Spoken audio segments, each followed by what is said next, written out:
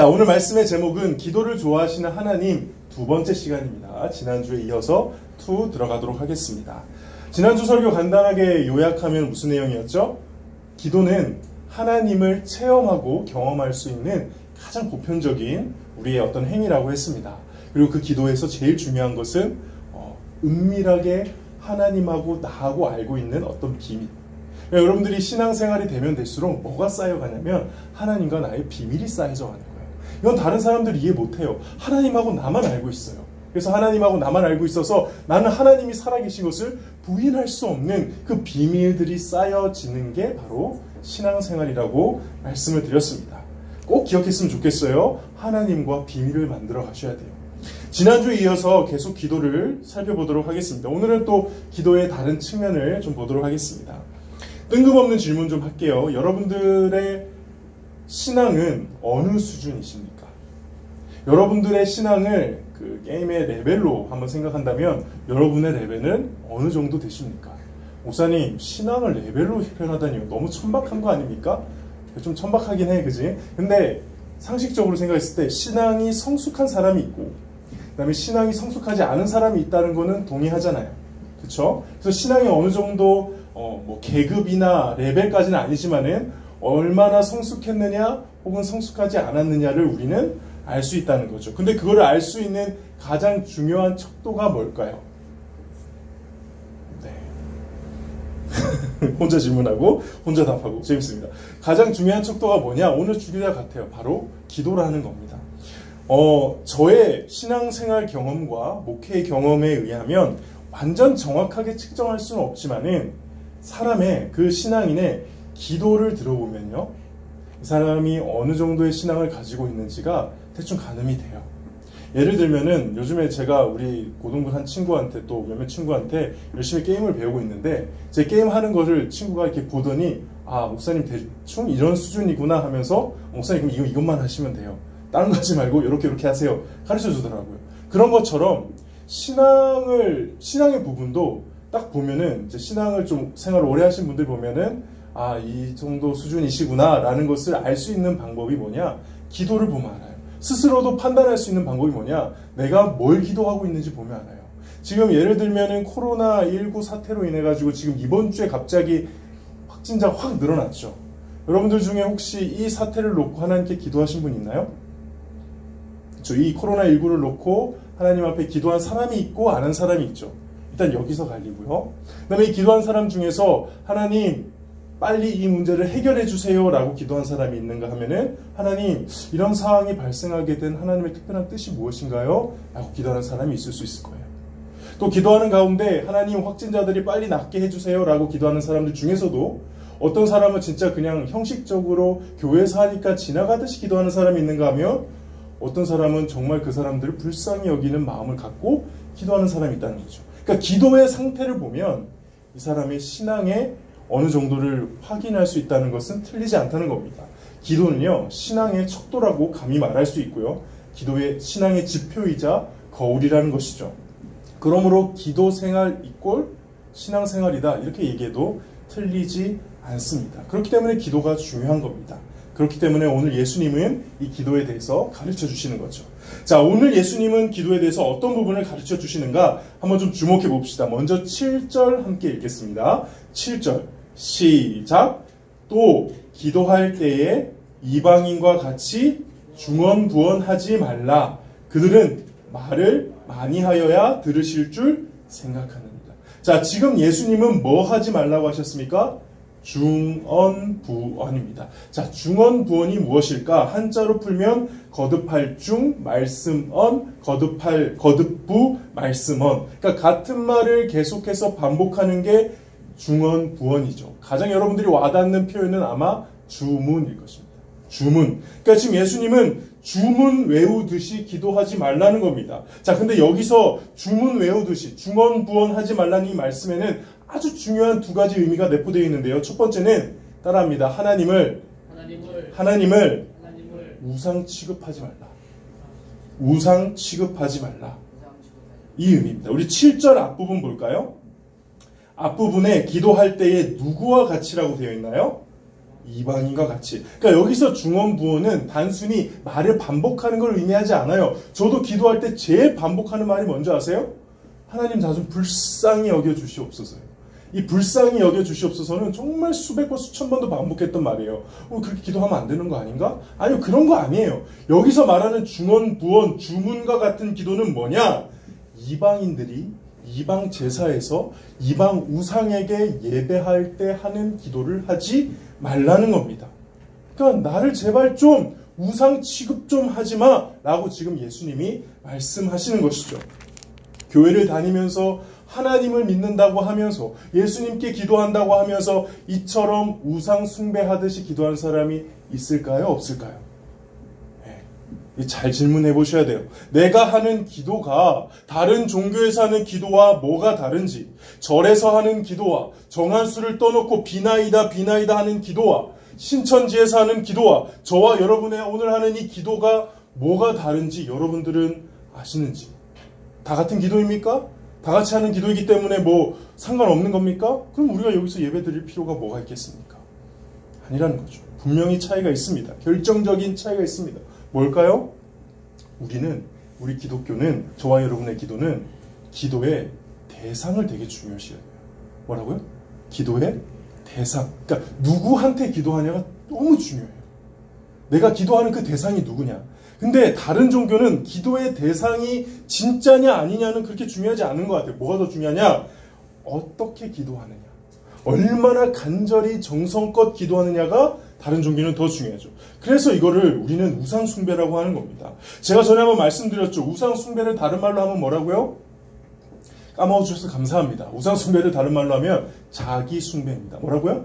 자기 숭배. 십계명에 우상을 만들지 말라. 그리고 앞에 뭐가 달려있냐면은 자기를 위하여가 있어요. 우상을 왜 만드냐? 사람들이 하나님이 왜 다른 신을 만드는 이유는 정말 그 신이 있기 때문이 아니라 신이 누군지는 상관없어요. 있는지 없는지 상관없어요. 그 신이 나한테 뭘 해줄 수 있는지가 더 중요한 거예요. 그 신이 나한테 뭘 해줄 수 있는데, 이게 기독교와 다른 종교의 결정적인 차이라는 겁니다. 이게 흔들리면 저와 여러분이 믿는 이 기독교도, 저와 믿는 이 하나님도 다른 그냥 우상과 다를 바가 없다는 것이죠. 지금 예수님은 제발 좀 그렇게 좀 하지 말라는 겁니다. 하나님을 우상 취급하지 말라는 겁니다. 사랑하는 우리 고등부 친구들, 하나님은 우상이 아닌 줄 믿습니다. 정말 살아계신, 우리가 진짜 섬겨야 될 참된 신이신 줄 믿습니다. 이게 바로 예수님이 말씀하시는 중언부언하지 말라라는 말씀의 첫 번째 중요한 메시지입니다. 두 번째, 중언부언하지 말라는 이 말씀의 중요한 메시지는 뭐냐? 기도가 너에게 달린 것처럼 하지 말라는 겁니다. 7절 하반절에 보면요, 뭐라고 되어 있냐면 그들은 말을 많이 하여야 들으실 줄을 생각하느니라. 뭐라고요? 말을 많이 해야 듣는 줄 안돼요. 왜 말을 많이 할까요? 말을 많이 하면, 내가 정말 노력하면, 내가 지극정성 기도를 올려드리면 당연히 하나님이 내 기도 드려주셔야겠지. 이렇게 정성스럽고 했는데 당연히 드려주셔야 되는 거 아니야? 라고 기도를 생각한다는 겁니다. 이때 기도의 성패는 누구에게 달린 것처럼 보여요? 나에게 달린 것처럼 보이잖아요. 내가 얼마나 기도했느냐에 따라 그 기도의 성패가 달려있다라고 생각하는 것, 지금 예수님은 그거 아니라는 겁니다. 기도의 응답은 너에게 달린 게 아니라 누구에게 달렸다는 겁니까? 하나님에게 달렸다는 겁니다. 이게 우리가 기도할 때 생각해야 되는 아주 중요한 상식임에도 불구하고 놓치는 거라는 거예요. 생각해 보세요. 하나님하고 나중에 누가 더 높습니까? 질문이 어렵나요? 하나님하고 나중에 누가 더 높나요? 하나님이 더 높으시죠. 그러면 내 마음대로 되는 게 당연한 거예요? 하나님 마음대로 되는 게 당연한 거예요? 그렇죠. 만약 내가 원하는 대로, 내가 기도하는 대로 다 응답되는 게 하나님이라면 그 순간 그분은 하나님이 아니라 뭐가 돼요? 그냥 우리보다 못한 존재, 일종의 자연 법칙 공식이 돼버리는 겁니다. 기도라는 동전을 넣으면 응답이라는 자판기가 나와야 되는 인간보다 못한 존재가 하나님이 되는 거죠.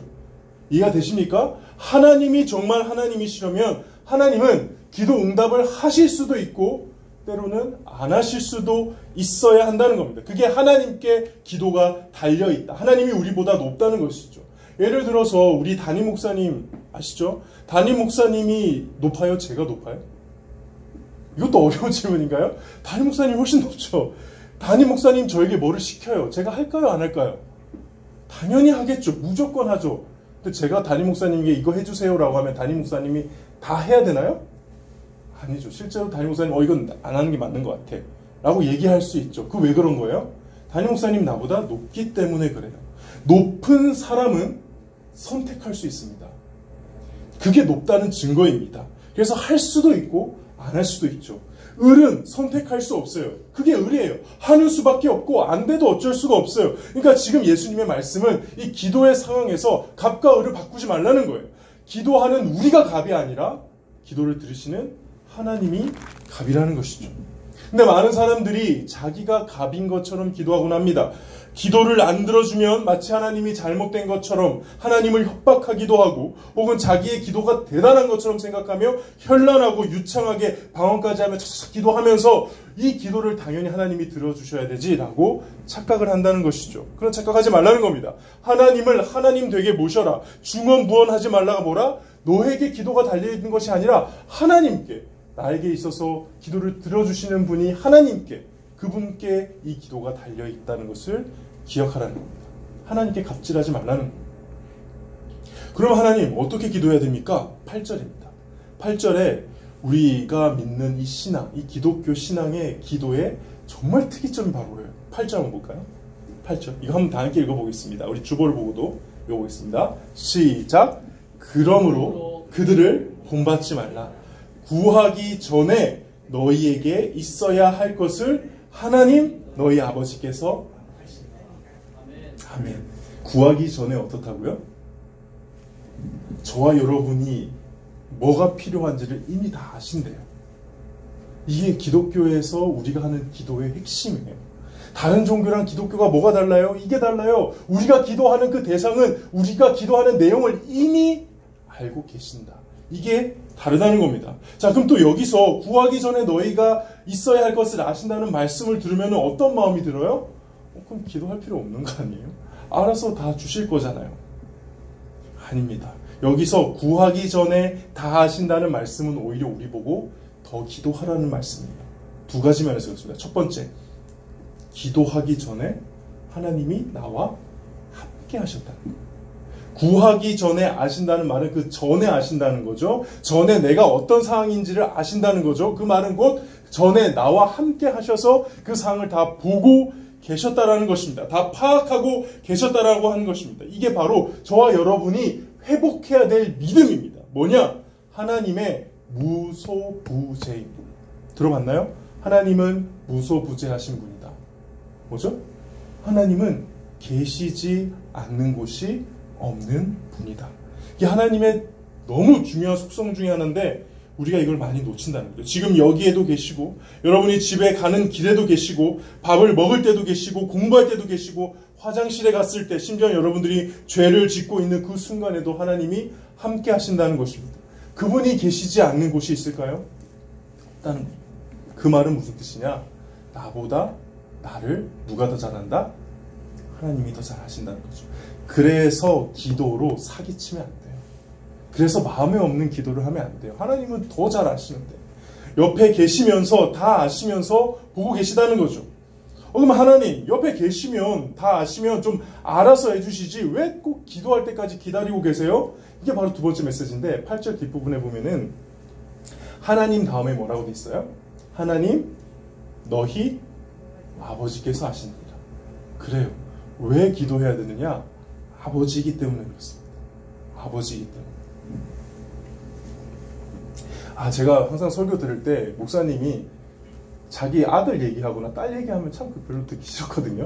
근데 나 보니까 그렇게 되는 것 같아요. 그 카카오톡에 보면 배경화면 이런 거에 막 자기 아들 사진 올려놓고 그런 거에 보면 난 절대 이런 거 안 한다 그러고 있었는데 오늘 내가 하고 있더라고요. 미안해요. 지금도 아들 얘기 좀 할게요. 저한테 아들이 있어요. 이제 돌이 됐고 걸어 다닙니다. 아직 이제 말을 잘 하지는 못하는데 딱 두 단어를 제일 많이 합니다. 아빠? 이걸 제일 많이 합니다. 왜냐? 내가 뱃속에 있을 때부터 엄청 많이 세뇌시켜놨거든. 아빠, 아빠, 아빠.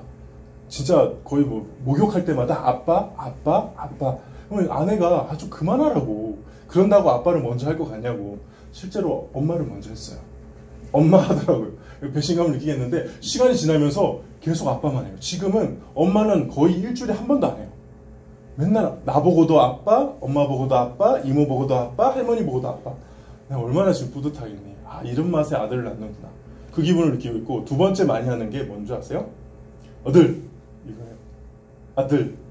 왜냐, 내가 항상 아들이라고 부르니까 지가 그걸 듣고 똑같이 아들 이러는 거예요.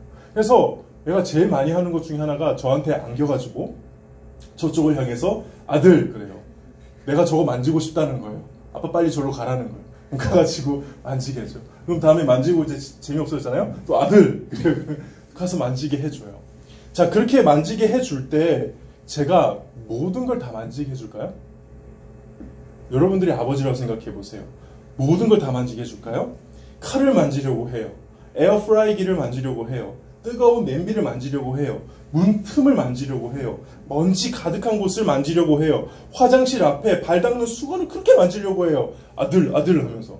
그럼 제가 아들이 하는 부탁이니까는 가서 이렇게 만지게 해줄까? 절대 안 하죠. 왜요? 내가 아버지니까. 아버지니까 그렇게 하는 거예요. 그럼 때를 써요. 그래요. 제가 그 말 듣기 너무 가슴 아파요. 애가 울려고 하는데 얼마나 마음이 아프겠어요. 그렇다고 내가 만지게 해줄까? 절대 안 해요. 절대 허락 안 해요. 왜냐? 아버지니까. 그러면 이 라연이 입장에서, 제 아들 입장에서 그렇게 아들 하면서 기도했는데 아버지가 안 들어주네? 이제 아들 안 해. 그러나요? 그렇지 않아요. 또 다시 다른 곳을 향해서 아들 그래요. 아들 그래요. 왜? 진짜 아들이니까. 아들만 그렇게 할 수 있으니까. 언제나 저에게 제 아들은 이거 해줘요 라고 아들 할 수 있는 존재가 아들인 거라는 겁니다. 이게 바로 부모와 자녀의 관계의 특수성입니다. 이 관계 속에서 우리의 기도가 이루어진다는 겁니다. 이 말은 즉 나의 기도 응답이 이루어진다면 그건 하나님이 아버지로서 허락하신 것이고요. 기도의 응답이 이루어지지 않는다 하더라도 그건 아버지로서 나에게 허락하지 않으신 거라는 겁니다. 그렇기 때문에 우리의 기도는, 기독교의 기도는 그런 식으로 접근해서 기도가 부모가 되시는 하나님께서 언제나 나에게 가장 좋은 것을 주신다는 전제하에 계속 아들 하는 거예요. 그래서 기도 응답이 되지 않아도 우리는 계속 기도해야 되는 것이고, 나에게 가장 좋은 것을 주실 거라는 믿음 갖고 계속 기도해야 된다는 것입니다. 왜냐하면 기도하는 것 자체가 자녀의 특권이니까요. 말씀을 마무리하겠습니다. 마태복음 7장 9절에서 11절에 보면은 이런 말씀이 있어요. 너희 중에 누가 아들이 떡을 달라 하는데 돌을 주며 생선을 달라 하는데 뱀을 줄 사람이 있겠느냐? 너희가 악한 자라도 좋은 것으로 자식에게 줄 알거든 하물며 하늘에 계신 너희 아버지께서 구하는 자에게 좋은 것으로 주시지 않겠느냐? 결국 하나님께서 나의 기도에 응답하신 이유들과 응답하지 않으신 이유들 모두가 다 아버지셨기 때문이다 라는 것을 경험하고 깨닫는 것. 그래서 하나님은 우리가 계속 기도하는 것을 오늘 제목 따라 좋아하실 수밖에 없어요. 들어주고 안 들어주고는 두 번째. 계속 아버지한테 아들 하고 있는 겁니다. 저에게도 하나님만 아시는 비밀스러운 기도의 그 내용들이 있습니다. 그리고 그것이 응답됐을 때도 있고요. 때로는 응답되지 않을 때도 있었어요. 근데 신앙생활을 하면 할수록 나중에 가서 돌이켜보면은 이러려고 하나님이 그때 응답해 주시지 않으셨구나. 제가 몇 번 간증한 적이 있죠. 저는 이 남양주에 온 게 하나님께 엄청난 응답이었어요. 이전에 있던 교회에서 그렇게 부서에 이렇게 나도 좀 팀장이 되고 싶었거든. 욕심이 있어서 팀장이 아니라 나도 내 부서를 좀 맡고 싶었고 나도 내 고등부 혹은 중등부 맡아서 선생님들이랑 으쌰으쌰 하면서 뭔가를 해보고 싶었어. 근데 7년 내내 자꾸 누구 밑에 가서 그냥 허드렛 일만 시키시는 거예요. 하나님. 기도하는데 안 들어주시더라고요. 왜 안 들어주시지? 근데 지금 와서 돌이켜보면 그때 들어주셨으면 저 여기 못 왔어요. 그때 거기서 팀장이면 제가 나올 수가 없거든요. 근데 계속 그 상태였기 때문에 하나님께서 상을 열어주셔서 여기 오게 하시는데, 제가 여기 작년에 처음 왔을 때 기도하면서 하나님께 받은 말씀이 내가 여기 부르려고 너 그렇게 한 거야. 나 너무 감사한 거예요. 여러분들은 잘 모르죠? 이 평화교회가 얼마나 좋은 교회인지. 그럴 것 같아요.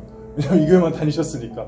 진짜 좋은 교회예요. 담임 목사님, 교역자님, 장로님, 권사님, 집사님들, 그리고 여러분들 우리 교회, 우리 고등부 선생님들 얼마나 좋은지 모를 거야. 다른 교회 가봐야 같이 정신 차리지. 진짜 좋은 교회 하나님이 오게 하신 거예요. 난 너무 이거를 경험하면서 언제나 하나님은 나에게 가장 좋은 것을 주신다 라는 믿음이 밤에 가지고 더 생기더라고요. 여러분도 이런 비밀이 있어야 돼요. 하나님 앞에 다른 사람 모르게 기도하고 다른 사람 모르게 가슴 부여잡으면서 하나님 나 이거 정말 필요해요. 나 이렇게 되기를 원해요. 근데 왜 안 들어주세요? 안 들어주실 때 있더라니까. 근데 돌이켜보니까 더 좋은 것을 주시기 위해 야, 나 너 아버지야. 너한테 이게 제일 좋은 거라는 걸 내가 준비하고 있었단다. 이걸 경험해 가는 것이죠. 여러분들 기도하시길 바래요. 다 모아놓고 자 우리 기도합시다. 물론 그 기도도 너무 중요하지만 아무도 보지 않는 곳에서 하나님과 1대1로 기도하는 시간들이 있으시길 바래요. 그게 없으면 신앙이 아닙니다. 신앙이 성립될 수가 없습니다. 신앙은 나와 하나님의 관계, 아버지와 아들의 관계의 이야기이기 때문에 그렇죠. 오늘 그 말씀을 생각하면서 우리 함께 찬양하며 나아가겠습니다. 아바 아버지, 아바 아버지.